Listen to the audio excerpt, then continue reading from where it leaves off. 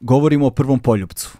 Znači idemo leto kada sam naučila da letim, jel te? Dakle, odlazi na Hvar, tamo je s nekim tetkama i tako dalje, nije s društvom, ni sa kim, njeno društvo je naravno paralelnom nekom dešavanju koja na društvenim mrežama da pokušava da uhvati Wi-Fi, da vidi šta se dešava, jel te? Ima osjećaj FOMO, što bi rekli Ameri, fear of missing out, znači sve vreme ima strah da nešto propušta i da je bolje tamo negde drugde, da je njoj ovde užasno. I to se naravno transformiše i menja kroz vreme, ali u tom delikatnom, emocionalnom, razvojnom, psihološkom, socijalnom, na svim mogućim nivoima jednom detetu dešava se još jedan plan, to je taj drugi, angažovaniji plan, jel te, priče, koji mi se zaista dopao jer je negde jugoslovenski, jer je negde priča o pomirenju. Priča o sukobu i priča o pomirenju, nešto što zaista kroz kulturni sadržaj ne viđamo često. Znači sad, kako je izgledalo razvijanje tog plana priče kada je ovaj film u pitanju?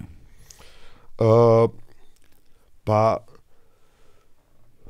time smo se, naravno, kao i ostalim stvarima, mnogo bavili i na početku sam ja tražio da toga trpamo što više, a onda smo u nekim kasnijim verzijama sam počeo toga da se oslobađam i da ostavljam samo znake, jer je to ovo što sam na početku pričao, ti moraš da pričaš priču, a ne da daješ ideje. Jer ljudi neće sagledati te ideje ako im je priča dosadna. Ako ti daješ ideje, nemaš vremena da pričaš priču. Znači, onda mi se vratilo kao da je priča najvažnija i da mi treba da ispričamo priču, a ovo sa strane šta stane. I onda smo to odbacivali i mnogo toga smo odbacili, mnogo toga. Nešto toga smo odbacili i u montaži. Da se to više osjeća nego što se o tome govori. I mislim da je to bila dobra i pametna odluka.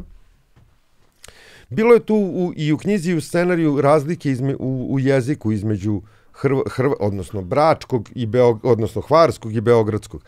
To je vremenom scene koje su posvećene tome, ostaje to kao neki odjek, kao neki zvuk sa strane u mnogim scenama, ali nijedna scena nije tome posvećena. Mi smo imali oko svake te neke teme bar jednu scenu koja je posvećena tome. Sve te scene su otpale još na nivou scenarija i to je bila dobra odluka, jer onda te stvari nisu opteretile priču. Kad ideje pojedu pričanje priče, ode mast u propast. Da.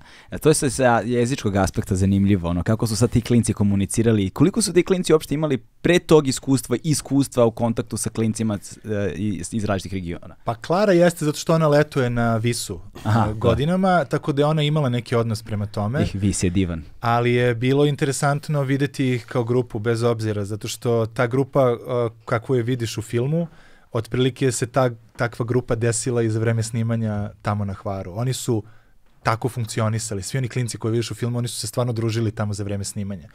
I to kad smo videli njih kako se druže, i tu je bio i ovaj dečko iz Slovačke, Klara iz Beograda, ovi ostali iz Splita, Zadra, Hvara. Sa Hvara, tako je. Da. Stvarno je bilo božanstveno. Odmah se desilo. Dokaz. Odmah se desilo to. To nije, kako da kažem, nije bio neki proces da se oni sad upoznaju i izbliže. To se desilo još na nekim probama dok smo birali decu. Ti na probi vidiš kad između neke dva deteta nešto se odmah uspostavi neka veza i naravno onda kao kad se završe te probna snimanja, onda kažemo ovaj se desi odnos, odmah uzimamo ovu devojčicu. Kako izgledaju ti castinzi sa decom? To me baš zanima. To je sigurno zabavno, ali vjerojatno i naporno na neki način. Pa imao sam ja ipak pored sebe stvarno majstora. Ne mogu da kažem majstora svog zanata, pošto to nije njegov zanat i on ga je pekao kao tokom ovog rada. To je Nikola Todorović Packe koji je divno to radio sa decom i radili smo uglavnom kroz igru. Mi smo njima zadavali neke, on je njima smislio u stvari neke igre i onda su se oni igrali, mi smo ih snimali i posmatrali šta se dešava. Kakve igre? Baš me zanima, kako te izgleda? Jedna od tih igara je, recimo, sad ne mogu tačno da se setim pravila, ali ti imaš kao dati packe da je tvoja ambicija, recimo, 10, ali tvoje sposobnosti su 4. Okay. I svakom detetu Znam puno takvih. ali da im različite te brojke i onda im kaže situaciju. Situacija je vi sedite na dečijem igralištu, a vi dolazite i tražite im pare za ne znam šta. I onda ajde da vidimo šta će da se desi. Ali da pratiš to što ti je rekao te mere unutrašnje, odnosno to što je kao crta karakter. Naprimjer tako. I onda ti gledaš i onda ja ne znam, na primjer, koji su ti brojevi, nego ja treba da zaključim i da pogodim iz njihove glume koji su to brojevi. Na primjer, to je jedna od igara, ali... A ja ne znam ni kako bih ja to odigrao. Znaš, meni to zvuči kao suviše komplikovan koncept u ovim godinama. Dobro, nije to bila sad prva igra. Krenuli smo od onih najjednostavnijih, kao hodaj brzo, a sporo govori. Kao što je teško i za velike glumce da radi. I krećemo tako, da li može da stane na određeno mesto reper gde će biti oštrina kamere, a da ne gleda u to mesto i tako dalje i tako dalje. Da, znači krenu neke igrice jednostavnije, a onda na kraju smo došli do ovih, da kažem, psihičkih. Da, psihički, ali to, znaš, evo, baš sad razmišljam, zamisli, mislim, ja znam puno takvih ljudi, naravno živimo u društvu koje je ono plemenski organizovano, negativne selekcije i ostale stvari i onda zaista ljudi sa sposobnošću 4 i ambicijom 10 se nalaze, znaš, na brojnim odgovornim pozicijama u društvu i tekako. Nažalost, ali kada bi to trebalo da odglumim, ja nemam pojma kako bih to radio. Zaista nemam predstavu kako bih to radio. Kako bih sad ja pokazivao ambiciju 10 i sposobnost 4. Ja sam probao par puta, ali se dokazalo da sam grozan glumac i više neću pokušavati. Divim se glumcima stvarno na tom talentu. Na tom talentu. Meni je to fascinantno, zaista, na tom nivou. Kako neko uspe to da podražava, da nekako donese u život, znaš, s jedne strane, a s druge strane to je tim pre fascinantnije kad to dete uspeva da uradi. Znaš, i kako sada dete, to je uvek, znaš, koliko Klara mala ima godina? Pa tada je imala 12. Tada je imala 12 godina. Šta ti treba da se transformišeš u nešto u tokom tog perioda i onda ideš kući i da to ne nosiš kući sa sobom.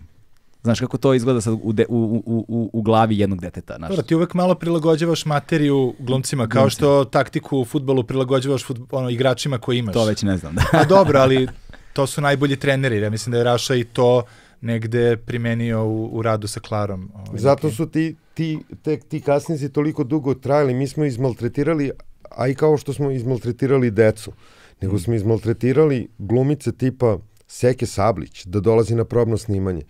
Pa ne, raznih, Rade Živković. Neki od tih glumica su mi rekli, ja Rašo, ovo mi je prvo probno snimanje u životu, nikad me niko nije zvao na casting, jer one su već bile ostvarene glumice i ti castinzi se ranije nisu toliko radili. A ja sam morao da vidim Klaru i još jednu devojčicu koja je bila takođe u konkurenciji za glavnu ulogu, Nađu Mazalicu, sa različitim glumicama odraslim koji će igrati njihovu baku, da bi video gde će da se desi taj neki dobar spoj, kao. Da. I sve te glumice su, nijedna nije odbila da dođe na ovaj casting. Nama je mnogo veći problem to, kao da li je komplikovano raditi ta probna snimanja. Ne. Teže je kad treba da kažeš nekome da nije prošao. I to je malo, a ja obično uzimam tu ulogu, da, dajem drugima da jave srećne vesti, a ja uzimam ovu tužnu vesti, jer mislim da je to kad je neko se potrudio, poput Seke Sablić, da dođe na probno snimanje sa 2 devojčice i da je tamo maltretiramo 40 minuta ili sat jedan, onda je red da joj se ja javim, da joj kažem Seko, ipak će igrati neko drugi. Da, to sigurno nije jednostavno. Nije, a još je teže to sa decom. I mi smo ove 2 devojčice koje su dugo bile u konkurenciji za glavnu ulogu, svaka proba i svako igranje počinjalo rečenicom, u ovom filmu će igrati samo jedna od vas. Da one sve vreme moraju da budu svesni, budu spremne da će im se desiti da taj lom kad se desi da ne bude prevelik, nego... I gledali smo da svakoj devojčici koje su u tih 20 koje su bile na kursu, da im damo neku ulogu u filmu. Nekad kao statista, jedna devojčica Drena, ona je čitala scenariju i davala nam savete iz dečijeg ugla šta treba da uradimo. I kakve ste savete dobili tu? Vrlo dobre. Drena je divna. Pa zanima, ali da mi neki konkretni... I ona je dobila posle ulogu u seriji, Drena je igrala posle toga u seriji Kljun. Kljun. Ona igra ćerku glavnog lika. Sjajno, čoveče.